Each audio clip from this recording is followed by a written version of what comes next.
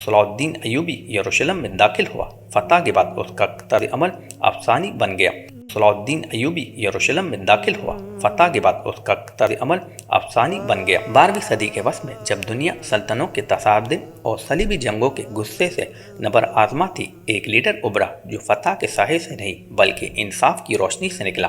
ان کا نام تاریخ میں گونجتا رہے گا، صلاح الدین ایوبی۔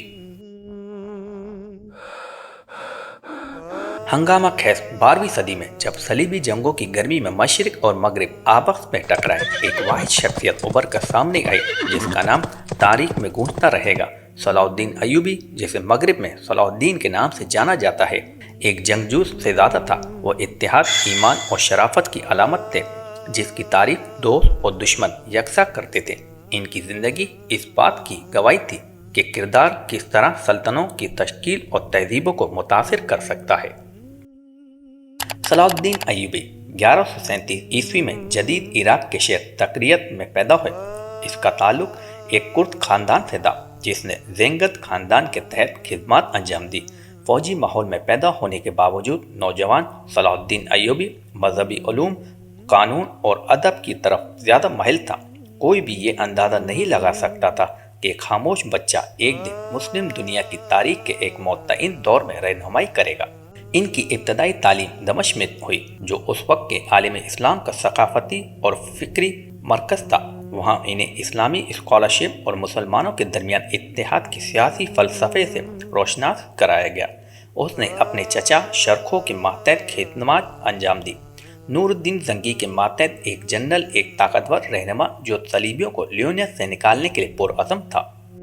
صلاح الدین ایوبی کا عروج مصر میں شروع ہوا۔ 1169 میں شرخو کی موت کے بعد اسے زوال پذیر فاطمی خلافت نے مصر کا وزیر مقرر کیا تھا۔ شیعہ اکثریتی حکومت میں ایک سنی جنرل کے لیے یہ ایک غیر معمولی پوزیشن تھی۔ صلاح الدین ایوبی احتیاط سے چلتے ہوئے، اندرونی تنازعات سے گریز کرتے ہوئے اپنی طاقت کو بتدریج مضبوط کرتے رہے۔ 2 سال کے اندر اس نے فاطمی خلافت کو ختم کر دیا اور بغداد میں سنی عباسی خلیفہ کی بیعت بحال کر دی۔ 1174 میں نور الدین زنگی کی موت کے بعد صلاح الدین ایوبی نے مسلم دنیا کو ایک جھنڈے تلے متحد کرنے کی مہم شروع کی۔ اس کی حکمت عملی، سفارتکاری، فوجی کارروائی اور صبر آزما سیاسی چالوں کا مرکز تھی۔ اس نے شام، مصر، یمن اور عراق کے کچھ حصوں کو اپنے کنٹرول میں لایا، جس سے صلیبیوں کا مقابلہ کرنے کے لیے ایک مضبوط سلطنت بنائی گئی۔ صلاح الدین ایوبی کی اتحاد کی کوشش صرف سیاسی نہیں تھی بلکہ اس کی جڑیں بہت گہری تھی۔ اس نے لیونٹ میں صلیبی ریاستوں کی کامیابی کی ایک بنیادی وجہ کے طور پر مسلمانوں کے درمیان اختلافات کو دیکھا۔ ان کا ویژن واضح تھا، یروشلم پر دوبارہ دعویٰ کریں اور مسلمان دنیا میں وقار بحال کریں۔ صلاح الدین ایوبی کے فوجی کیریئر کا فیصلہ کن لمحہ 1187 میں بحر گلیل کے قریب حطین کی جنگ میں آیا۔ اس کی فوج نے فیصلہ کن طور پر یروشلم کی صلیبی بادشاہت کی مشترکہ افواج کو شکست دی، جس میں لوزیکن کے بادشاہ گائے سمیت اہم شخصیات کو گرفتار کر لیا۔ اس جنگ نے مقدس سرزمین پر صلیبیوں کی گرفت کو توڑ دیا اور یروشلم میں دوبارہ داخلے کی راہ ہموار کی۔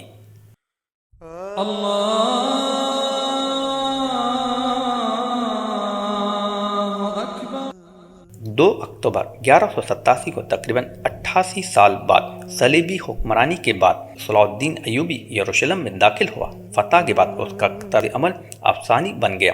1099 میں یروشلم پر عیسائیوں کے قبضے کے بعد ہونے والے قتل عام کے برعکس صلاح الدین ایوبی نے عیسائی شہریوں کو بحفاظت وہاں سے نکالنے کی اجازت دی۔ تاوان وصول کیا گیا لیکن ہزاروں کو بغیر ادائیگی کے رہا کر دیا گیا۔ گرجا گھروں کا احترام کیا گیا اور شہر کو تباہی سے بچایا گیا۔ اس کی بہادری اور عظمت نے اس کے دشمنوں کو بھی متاثر کیا۔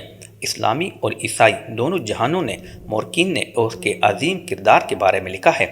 تیسری صلیبی جنگ کے دوران اس کا سب سے بڑا مخالف رچرڈ دی لیون ہارٹ نے اسے تعریف اور احترام کے ساتھ کہا۔ جنگ کے باوجود دونوں نے طائف اور شائستگی کا تبادلہ کیا، جو صلاح الدین ایوبی کی سفارتی تدبیر کا ثبوت ہے۔ تیسری صلیبی جنگ 1179 سے 1192 تک صلاح الدین ایوبی کے یروشلم پر قبضے کے جواب میں شروع کی گئی۔ اس نے یورپ کے سب سے طاقتور بادشاہوں کو اکٹھا کیا۔ انگلینڈ کے Richard the Lionheart, France کے فلپ ڈوم اور شہنشاہ فریڈرک بارباروسا مہمات شدید تھی اور اگرچہ صلیبیوں نے کئی لڑائیاں جیتی لیکن وہ یروشلم پر دوبارہ قبضہ کرنے میں ناکام رہے۔ بالآخر صلاح الدین ایوبی اور رچرڈ نے 1192 میں جفا کے معاہدے پر گرفت اور واشنٹ کی۔ اس معاہدے نے عیسائی زائرین کو یروشلم تک محفوظ راستہ دینے کی اجازت دی، حالانکہ یہ مسلمانوں کے کنٹرول میں رہا۔ خونریزی کے دور میں یہ سفارتکاری کا ایک نادر لمحہ تھا۔ صلاح الدین ایوبی نے اپنا مقصد حاصل کر لیا تھا، یروشلم دوبارہ مسلمانوں کے ہاتھ میں تھا، اور اس نے وقار اور انصاف کے ساتھ ایسا کیا تھا۔ میدان جنگ سے باہر صلاح الدین ایوبی تعلیم، فن، تعمیر اور مذہب کا سرپرست تھا۔ اس نے مدرسے قائم کیے، ہسپتال بنائے اور علماء کی مدد کی۔ ان کا دور اسلامی دنیا میں ثقافتی اور سائنسی ترقی کا دور تھا۔ وسیع زمینوں پر حکومت کرنے کے باوجود اس نے معمولی زندگی گزاری اور اپنی بہت سی دولت خیرات میں دے دی۔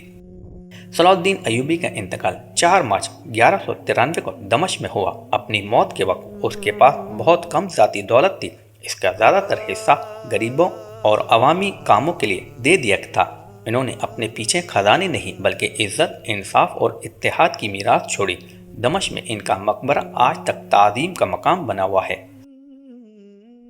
دنیا بھر کے مورخین عیسائی، مسلم اور سیکولر یکساں صلاح الدین کو تاریخ کے عظیم ترین فوجی رہنماؤں اور سیاست دانوں میں سے ایک کے طور پر اعزاز دیتے ہیں۔ اس نے یہ دکھا کر اپنے وقت کے اصولوں کی خلاف ورزی کی کہ رحم ظلم سے زیادہ طاقتور ہو سکتا ہے اور یہ کردار فتح کو آگے بڑھا سکتا ہے۔ ایک ایسے دور میں جہاں شفافیت اکثر قیادت کی تعریف کرتی تھی، صلاح الدین ایوبی الگ کھڑے تھے۔ وہ شیر تھا جو نہ صرف میدان جنگ میں گرجتا تھا بلکہ انصاف اور ایمان کے لیے تڑپنے والوں کے دلوں میں بھی دھڑکتا تھا۔ اس کی کہانی ہمیں یاد دلاتی ہے کہ حقیقی عظمت اس خوف میں نہیں ہے جو کسی کو متاثر کرتا ہے بلکہ اس امید میں ہے جو کوئی لاتا ہے۔